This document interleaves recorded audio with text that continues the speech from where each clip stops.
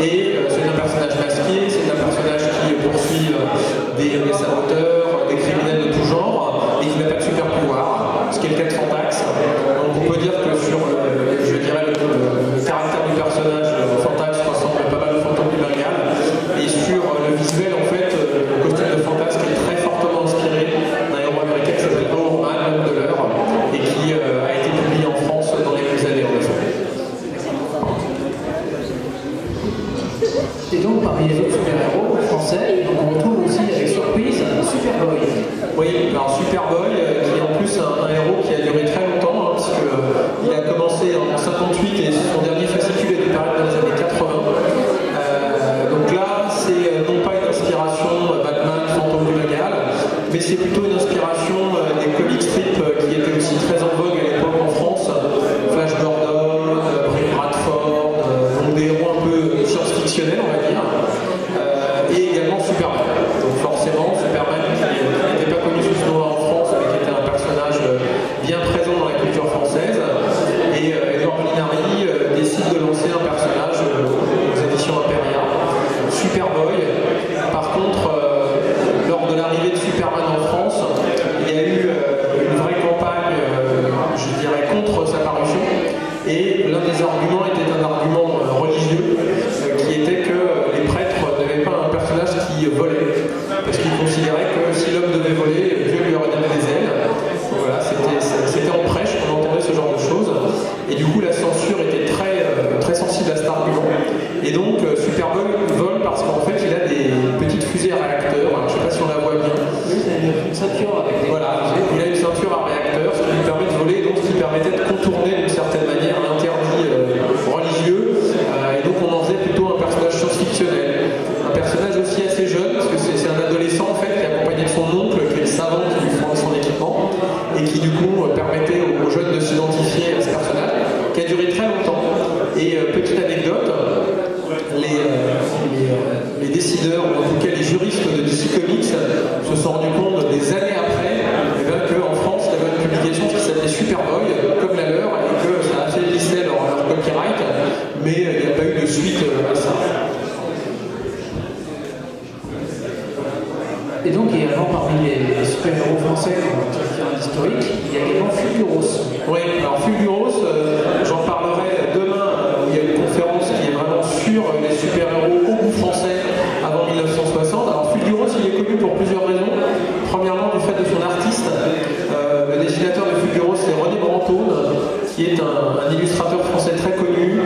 Premièrement, parce qu'il a été extrêmement prolixe. Donc à chaque fois qu'il y avait quelqu'un qui avait un problème de deadline, on appelait René Brantôme qui finissait le projet, avec un graphisme assez particulier, hein, vous voyez, des angles assez peu de rondeur. Le dessin de Brantôme est assez carré.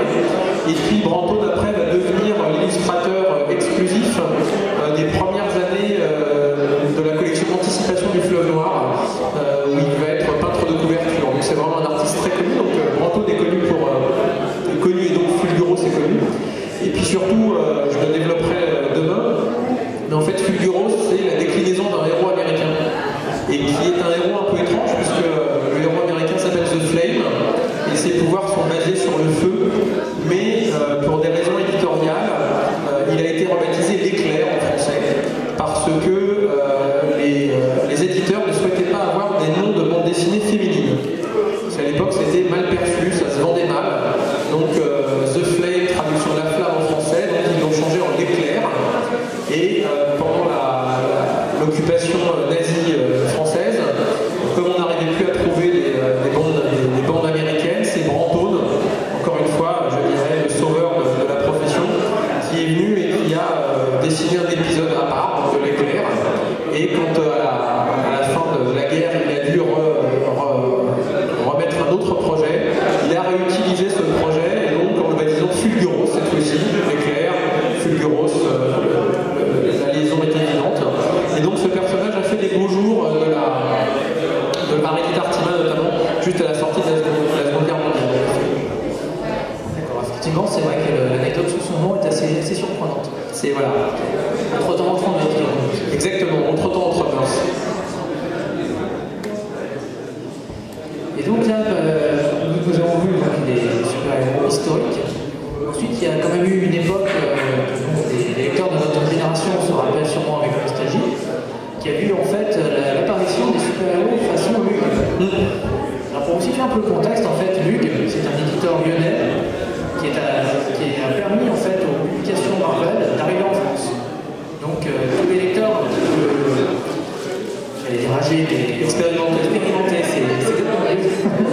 En fait, qui ont lu du super-héros, qui ont lu du Spider-Man, des X-Men, des Gars Fantastiques, en fait, c'est parce que c'était des publications Lug. Je pense au Strange, Titan, etc. Et 21 ans, en fait, Lug, au lieu de se contenter de ramener du matériel américain et d'adapter ses super-héros français, a décidé de créer ses propres super-héros, qui d'ailleurs étaient dénommés sous le nom de super-héros. Oui, pour un problème de droit en fait. Ah, c'est un problème de droit, justement. Oui, le terme super-héros en fait a été copyrighté la première fois aux États-Unis par un marchand de poupées qui s'appelle Lego, qui faisait des poupées en tissu assez connues pour les collectionneurs. J'avoue, j'en ai vu. Ben voilà, après ça a été distribué en France. Et en fait, quand ils ont commencé à sortir des licences, un personnage qui avait été dessiné à part, c'était Captain Action, quand ils ont commencé à habiller leurs poupées avec des costumes de Spider-Man ou de Superman, ils ont appelé ça la collection super-héros. Et Marvel et DC se sont rendus compte qu'ils apparaissaient sous la même dénomination. Donc ils ont déposé le nom en commun, super-héros. Aux États-Unis, super-héros, c'est une marque qui appartient à la fois à Marvel et à DC. Et donc quand Lug a voulu sortir les super-héros français, Marvel leur a dit c'est pas possible, c'est un nom partagé, c'est pas possible. Du coup, d'où l'appellation les sup-héros, qui permettait de contourner élégamment cette interdiction. Oui, c'est vrai que c'est un petit côté sympa en plus dans les dialogues. C'est également une particularité de ces parutions françaises, c'est qu'en fait tout était fait pour masquer justement l'origine française de ces contenus. Donc les auteurs travaillaient sur pseudonyme, des pseudonymes américains, et ça on y reviendra dans les séries suivantes. Et également en fait l'action se passait aux États-Unis, et donc il y avait pas mal d'onomatopées américaines dans les dialogues. Donc dans les dialogues en français, des fois ça pouvait donner des choses assez amusantes. Ça donnait même des dialogues à la limite plus américains que les dialogues américains traduits en français. Moi j'étais petit quand c'est sorti, j'ai acheté les premiers, je devais avoir une dizaine d'années, et au début je faisais pas la différence. Pour moi c'était des nouveaux personnages Marvel, et j'ai jamais pensé au départ que c'était des personnages français. Tout à fait, c'est vrai que le secret avait été élevé quand même assez tardivement. Et donc les séries en question ont été publiées donc, à la base dans la revue Mustang, qui était à la base, comme son nom l'indique, une revue de western, mais qui a ensuite été transformée en revue de super-héros et de science-fiction. Et puis après, Mustang en fait n'a pas suffisamment eu de succès pour que ça dure. Et en fait, donc les deux super-héros dont on va parler, donc Micros et Photonic, ont été respectivement dispatchés dans la revue Titan et dans la revue Speed. Ouais. Qui étaient des revues où il y avait des héros Marvel, qui ont été mélangés, des productions américaines et des productions françaises. Voilà, et donc tu naviguais en fait en jeune lecteur, mais il y avait la différence. Donc nous allons parler de Micros.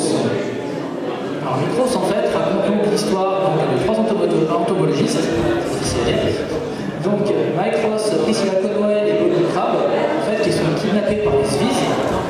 Ça aussi c'est donc en fait qui est une race insectoïde, et en fait qui a été vue sur la Terre. Et donc en fait ces entomologistes faisaient des expériences sur les insectes, donc leurs expériences ont attiré l'attention de ces créatures, qui les ont capturés, qui ont fait des expériences sur eux, et leur donc se sont trouvés eux de super pouvoirs.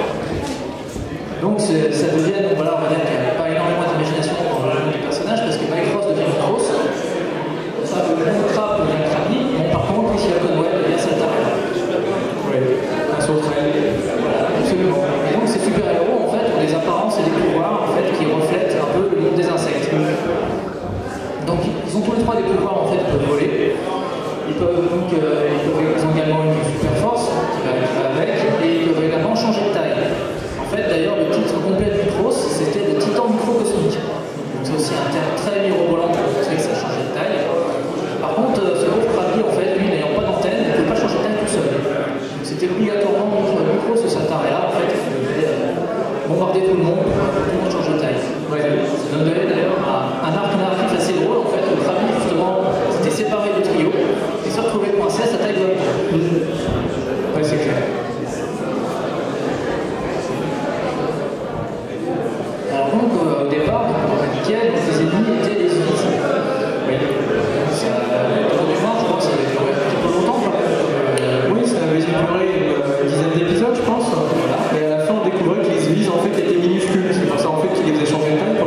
rentrer dans leur vaisseau.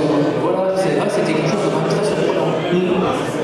Et là-dessus, d'ailleurs, je pense que c'était en partie basé sur un autre personnage qui est à la mode maintenant, avec Shazam, qui est en fait Mr. Mind, qui, dans le run initial de la Société des Monstres, Monster Society, on découvre que l'adversaire ultime de Captain Marvel, pendant une dizaine de numéros, en fait, c'était un petit ver, parlant et très intelligent. Et je pense qu'il y a quand même des références à été publiées. Alors, Captain Marvel a été publié en France, Shazam, et je serais pas super étonné qu'il y ait une référence à ça, dans le sens qu'on découvre à la fin que les grands vilains, en fait, sont des petits insectes. Oui, tout à fait. Je pense qu'il y a une petite influence quelque part. Et sinon, donc, après, l'auteur de Cross a donc varié son palette d'adversaires avec l'obtention super pouvoir. On a eu Microbios, en fait, qui est un super savant qui a une espèce de panoplie qui permet ensuite de lancer des microbes sur les gens pour les faire fondre. D'ailleurs, honnêtement, c'était bien dégueu. Ensuite, il y avait le Voodoo, comme son nom l'indique, qui fait des choses avec les poupées. Cagliostro, qui a un super arc sur Venise, surtout le Psy, on en parlera un petit peu plus tard. Et également, de façon plus surprenante, en fait, le gouvernement français, qui devient en fait le dernier super vilain qui va affronter Trio. En fait, lorsque le gouvernement français décide de mettre la main sur Micros et ses comparses pour s'en servir comme super arme. Donc forcément, les choses sont pas exactement déroulées comme c'était prévu. Ouais, alors ce qui était rigolo, c'est que je pense que c'était en partie inspiré de certains épisodes Marvel.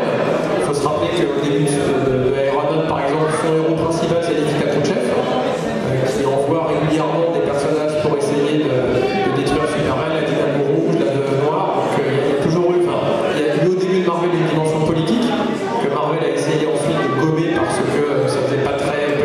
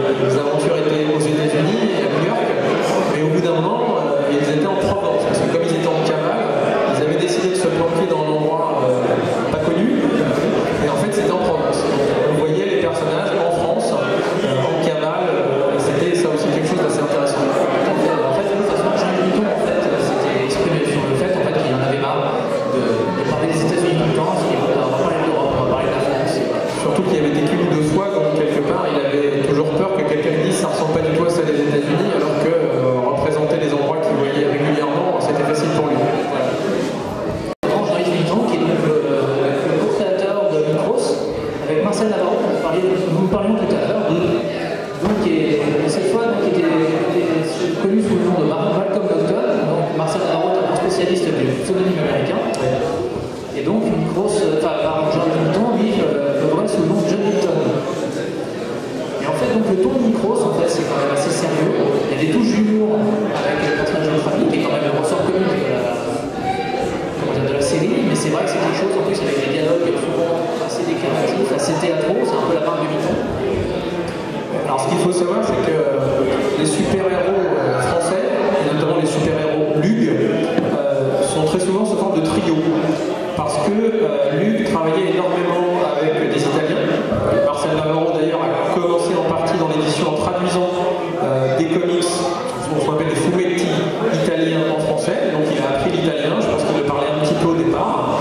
Et dans les bandes dessinées italiennes, il y a très souvent des trios avec un personnage sérieux, un personnage rigolo et un personnage qui sert un peu de faire valoir.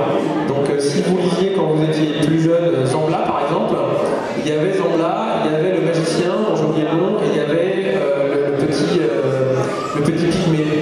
Et donc ça marchait toujours par trois, c'était pareil pour Blake le Rock. Il y avait Blake, Oculus et un sidekick. Et donc les super-héros français ont aussi été créés par trois. Micros, c'est le personnage de référence.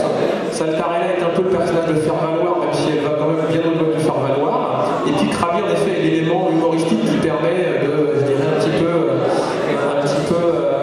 faire alléger les dialogues. Et on verra avec l'autre série Photonique, c'est pareil, il y a trois personnages. Ce qui n'est pas très courant chez les Américains, en fait. C'est soit des duos, soit des équipes. Oui, c'est clair.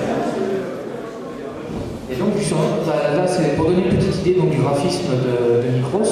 Donc, Milton a quand même une influence complètement assumée de John Buscema. Et donc, on voit un petit peu ce que ça donne.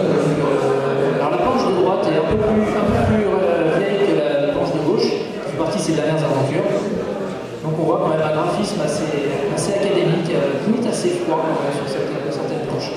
Oui, c'est vrai que Jean-Yves Milton, c'était un dessinateur qui avait fait les Beaux-Arts, si je me souviens, de son nom de Lyon pendant 1 ou 2 ans. Il n'avait pas fini, mais enfin, c'était un dessinateur assez académique qui avait décidé de gagner sa vie et qui était rentré chez lui à l'atelier de retouche. Alors, petite anecdote, même si Marcel Navarro était crédité de scénariste, Jean-Yves Milton a toujours dit que c'est lui qui avait quasiment fait toutes les histoires et que c'était notamment sa femme, son épouse, qui avait trouvé l'idée d'avoir des personnages qui rétrécissaient. Et là, on tombe dans des problèmes de crédit qui ne sont pas propres qu'à la bande dessinée française, hein, qu'on revoit dans plein de bandes dessinées contre-américaines, le type de Kirby ou de Stanley, vraiment inventé les Fantastic Four, des questions philosophiques qu'on n'abordera pas. Et en effet, c'était un dessinateur très académique, ça reste un dessinateur très académique, il est toujours en vie, il est toujours très actif. Oui, très actif. Ouais, et on lui demandait, hein, c'est pas pour rien que John Buscema, que son dessin ressemble à John Buscema. En France, l'une des séries qui a vraiment beaucoup marché aux origines de Lug, c'était Le Surfeur d'Argent de Buscema, comme on dit. Et en effet, Milton a lui-même réalisé un épisode inédit du Silver Surfer pour Nova, La Porte des Étoiles, en 2 épisodes. Et on lui demandait d'adopter le style Buscema. Et voilà pourquoi aussi, je dirais, ça ressemble à Buscema, en sachant que Milton, sur d'autres œuvres, on voit Chris là, qui le connaît bien, a un style qui reste certes très académique, mais qui n'est pas nécessairement très américain. Je peux me permettre de rajouter, Jean-Yves Milton a mis un slip Silver Surfer par rapport à la... Oui, par rapport à la censure, en effet. D'ailleurs, si vous... Oui, exactement. Si vous allez en kiosque, là il y a le dernier fluide glacial qui est sorti spécial super-héros, et ils ont réédité la parodie du Silver Surfer qui s'appelle Le Patineur d'Argent par Marcel Gottlieb, où on le voit en effet, il n'a pas de slip, donc il sort un petit robinet pour faire pipi, il le visse et il fait pipi, c'est assez rigolo. En effet, c'était la censure américaine, la censure française ne pouvait pas imaginer un personnage nul en fait. C'est qu'il y a des joies de la censure qui ont pu fleurir pas mal de choses assez surprenantes. Oui. Et donc le deuxième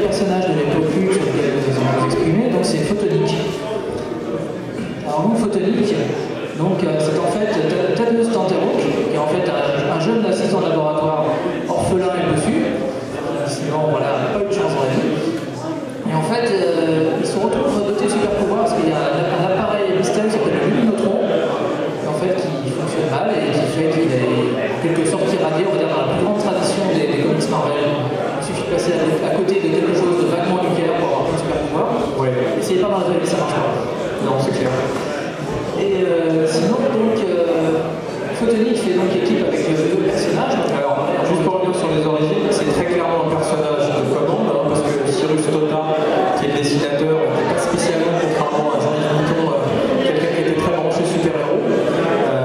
Et on reconnaît bien les motifs d'un Spider-Man à la française, c'est-à-dire l'oncle Ben qui est mort, Thaddeus il est orphelin, en fait il travaille dans un laboratoire où il est un petit laborantin, il a un défaut physique, Matt Murdock d'Ardeville est aveugle, le Cyclope ne peut pas regarder les gens dans les yeux, bon Thaddeus il est bossu, et en effet il passe à côté d'un appareil qui lui donne des pouvoirs, comme l'homme molécule en fait, moi j'ai toujours fait le rapprochement, ce laborantin qui se fait exposer à des radiations et qui devient une molécule.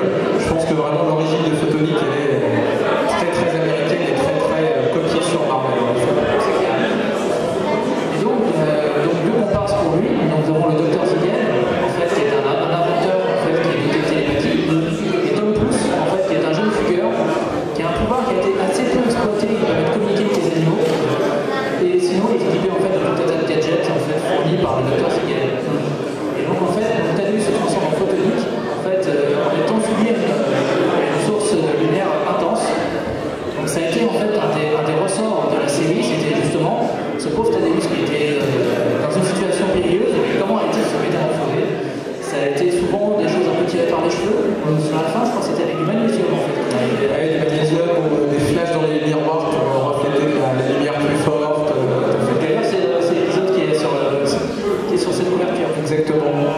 Et ouais, alors en effet, plusieurs choses sur Photonique. On voit bien le trio, c'est vraiment la même configuration qu'avec Black Rock. Le personnage central, Oculus, le magicien savant, entre guillemets, le petit. Je ne sais plus comment il s'appelle dans Rock, dans Black Rock. Après, ce qu'il faut voir, c'est que l'un des grands, comment dire, avantages, ou en tout cas chose intéressante dans la série, c'est que c'est surtout les personnages secondaires, en tout cas en ce qui me concerne, je trouvais vachement plus intéressant que le héros lui-même, qui souvent se lamentait sur lui, et quand il se transformait, se lamentait parce qu'il allait redevenir le pauvre bossu. Il y a notamment les origines du Dr Zigel qui sont chroniquées, qui sont liées à l'Holocauste, comme Magneto, et Tom Pouce, pareil, qui est un fugueur, et on apprend des choses sur lui, c'est l'élément humoristique de la série, toujours un peu casse-cou, toujours intrépide, et en effet c'était les personnages secondaires. Et il y a eu un crossover, parce que si mes souvenirs sont bons, le Dr Zigel est apparu dans Micros, quand Micros est malade, et en fait ça me paraît là la peine pour qu'il vienne le soigner, puisque c'est un docteur à la retraite, et donc il n'a pas de problème, il vient soigner Micros, donc c'était vraiment vu comme un univers. C'était un univers au sein de l'univers en fait. Et donc sinon, dans l'univers de Photonique, en fait là aussi on a une belle variété d'adversaires. Donc il y a des extraterrestres, des gangsters, donc un vampire, on l'a vu deux fois, un vampire, on avait fait en sorte que ça fait plaisir. Et même une créature mystique, il y a un très bel arc en fait, qui revient sur les mystères en fait, des Incas. Et donc avec une créature qui protégeait l'aurore par rapport aux esprits du monde. Et donc justement un arc narratif aussi en fait, qui parle du nazisme. En fait, on voit donc le Dr Zigel en fait, a rescapé des camps, en fait, il a été emprisonné et sur lequel on a fait des expériences. Exactement. Non, c'est vraiment une bonne série. Micros aussi, mais je trouve que Photonique, il y a plus de profondeur. Je pense que Tota, au départ, n'avait pas nécessairement d'affinité avec les super-héros, mais le vampire, dans le premier story arc, dans le premier arc narratif, comme on dit en français, avec le Minotaur, il y a aussi une petite créature, parce qu'à la fin, le Minotaur, c'est une sorte d'insecte qui est dans une grosse armure, et il y avait beaucoup de mythologie, le Sagittaire qui est une sorte de centaure. Je pense que c'était ça qui était vraiment l'apport de Ciro Tota sur cette partie-là. Et d'ailleurs, ce qui est assez rigolo, là j'ai pu faire le rapprochement, c'est que pour une fois, justement, on parlait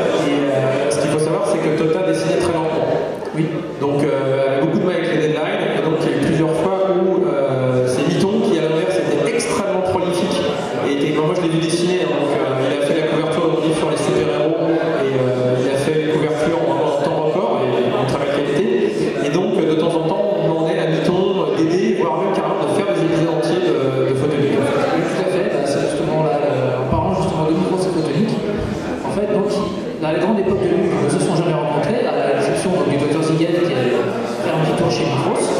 Et justement, en fait, si ça s'est passé, c'est parce que l'épisode en question est un épisode signé par Mitton, ce qui est logique, c'est l'auteur de Micros. Et donc, on voit en fait Mitton ayant repris Photonique à plusieurs reprises, pour des raisons de délai. En fait, le ton changeait quand même, on se retrouvait avec des Photoniques qui se comportaient comme Micros. Exactement, ouais. Vous avez quand même des très belles aventures, je pense aussi avec l'adversaire qui joue aux échecs par exemple. C'est quelque chose de quand même très très spectaculaire pour l'époque, avec en plus le sens du suspense de Mitton, avec des cliffhangers abominables. C'est vrai. Et c'est vrai que tout un mois. Que Total avait un peu moins en effet. Le cliffhanger était moins fort chez Total. C'est vrai. Et donc en fait, le personnage de Photonique en fait, a été repris par Mitton lors de la fameuse rencontre avec Micros qui a eu lieu en 2013 chez Delcourt. Et donc une nouvelle rencontre est prévue pour 2019 chez Original Watts. C'est tout chaud, ça va pas tarder à sortir, donc cette fois ce sera Micros versus Photonique. Oui, tout à fait. Alors, il y a eu plusieurs choses en effet. Il y a eu premièrement un épisode de Micros qui a été repris sous le patronage de Mitton par Ridman, qui s'appelle Chaos, si mes souvenirs sont bons, qui est un épisode qui d'ailleurs fait référence à la période politique de Micros, puisque l'adversaire c'est Al-Qaïda de manière générale. Je ne spoil pas l'album, donc ouais, c'est Al-Qaïda de manière générale, donc on voit ça. Et puis suite à ça, en effet, il y a eu cet épisode, mais qui avait plus ou moins été programmé à l'époque de Lug, en fait, d'après ce que je comprends sur l'ombre et la lumière, où on voit en effet un personnage maléfique qui vient de la série de Photonique, il me semble bien l'ombre, qui le couvre, qui l'empêche du coup de rayonner. Et donc, Mitton et Tota qui ont récupéré les droits de leur création ont fait ce crossover. Et bientôt, en effet, chez nos amis d'Original Watts, une nouvelle aventure de ces deux personnages mêlés dans le même univers américano-français. Tout à fait, et honnêtement, j'ai vu le début, ça a l'air vachement bien. Oui, si, je pense que ça va être sympa. Et donc là, nous avons terminé sur les héros contemporains. Par contre, on va un petit peu plus vite parce que malheureusement, c'est peut-être un tout petit peu appesanti. Donc, en fait, là, nous allons parler des super-héros Actuels. Là, avant, nous parlions de Micros et Photonique, qui étaient dans les années 70-80. Et donc là, maintenant, nous allons aller sur les personnages contemporains. Donc, nous allons commencer avec le garde républicain.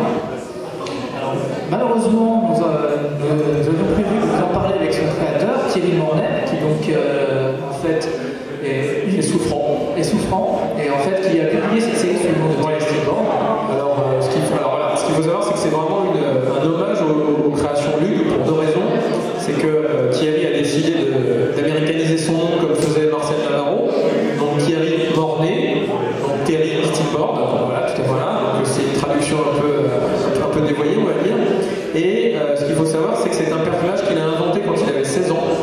Et il l'a inventé pour un concours des éditions Lug où les 3 premiers personnages recevaient un lot et le premier personnage apparaissait dans les pages de Spidey, en fait dessiné par Jean-Yves Mitton dans les aventures juvéniles de Spider-Man qui paraissaient.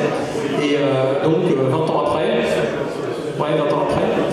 Thierry a décidé de relancer ce personnage et donc de lui donner des aventures contemporaines. C'est un personnage qui ressemble au fantôme du Bengale, c'est-à-dire que depuis le marquis de Lafayette, un héros français endosse le costume du garde républicain, soit de manière indépendante, soit pour les services secrets français. Et donc il y a toujours un garde républicain en activité qui représente la France, donc c'est l'équivalent de Captain America version française. Alors, autre super-héros français contemporain, nous allons parler du Patrouilleur. Alors, cette fois, le Patrouilleur, en fait, est un